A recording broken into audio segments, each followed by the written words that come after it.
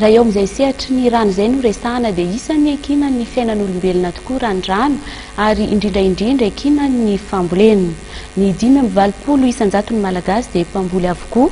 Tsy manao ambanin-javatra izany resaka fambolena izany ny fitondrana ankehitriny mba entina hanatsarana izay fari-piainan'i Malagasy satria raha ny voalaza tetsy ambony dia ny 5.20 isan-jato izany hoe ny akamaroan'ny Malagasy dia mivelona amin'izay hoe asa fambolena izay avokoa.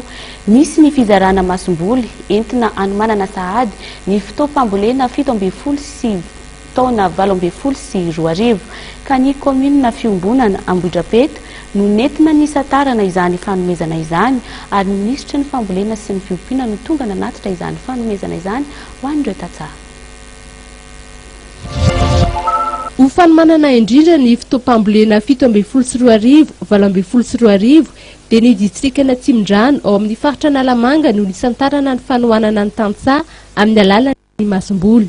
Teto amin'ny commune fiombonana Mpae no nentina nanamariana izany fanohanana tamin'ny alalan'ny fanomezana masomboly ho anna velaran-tany mahatratratra ny amin'ny 10 hektara. Commune 5 no isantatra ireto masomboly mitetina 12 taonina ireto.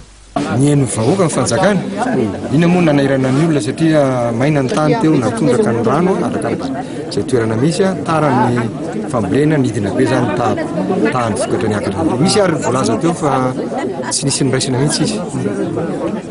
Mety misy fanampiana azo atao amin'izay maika izay hoe noana ilay vahoaka fa ny tsara indrindra dia ny fanomanana ilay tao fambolena vaovao. Zany amonjentsika zany amin'ilay varelo hanomezana amin'ilay masomboly dia hanomezantsika ihany koa ny masomboly amin'ilay vaky angaty eo amin'ny septambra eo zany izany izy fa fanoetina ilay izy dia apetraka aty amin'ny chef district.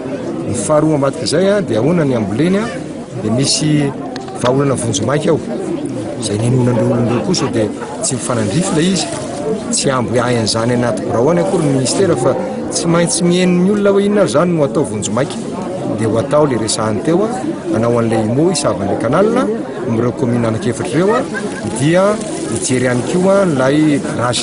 Ho an'ny solombavam-bahoaka Arjona Randriamalala voafidy teto Tsimdrano dia hita ny fiezahan'ny fitondram-panjakana amin'ny fanakaikazana bebe kokoa ny vahoaka ifotony. Hitantsika amin'izao zavatra nataony Andriamatoa Minisitra fa tena zavatra ilainay ary tena zany zavatra ndrasan'ny vahoaka eto Madagasikara, zany zavatra ndrasan'ny vahoaka tantsaha mari aketo fa ny be isa indrindra eto Madagasikara dia ny tantsaha donc zany ny tantsaha mila ampiana voalohany anatin'izany zavatra zany. Manoloana kosa ny tsy fahampihan-drano arakoatra ny fametrahana foto-drafitrasa lehibe fitarihan-drano dia ny antso amin'ny fikajianan'ny tontolo iainana ny minisitra eo anivon'ny fiadidinan'ny Repoblika Rivo Rakotovao.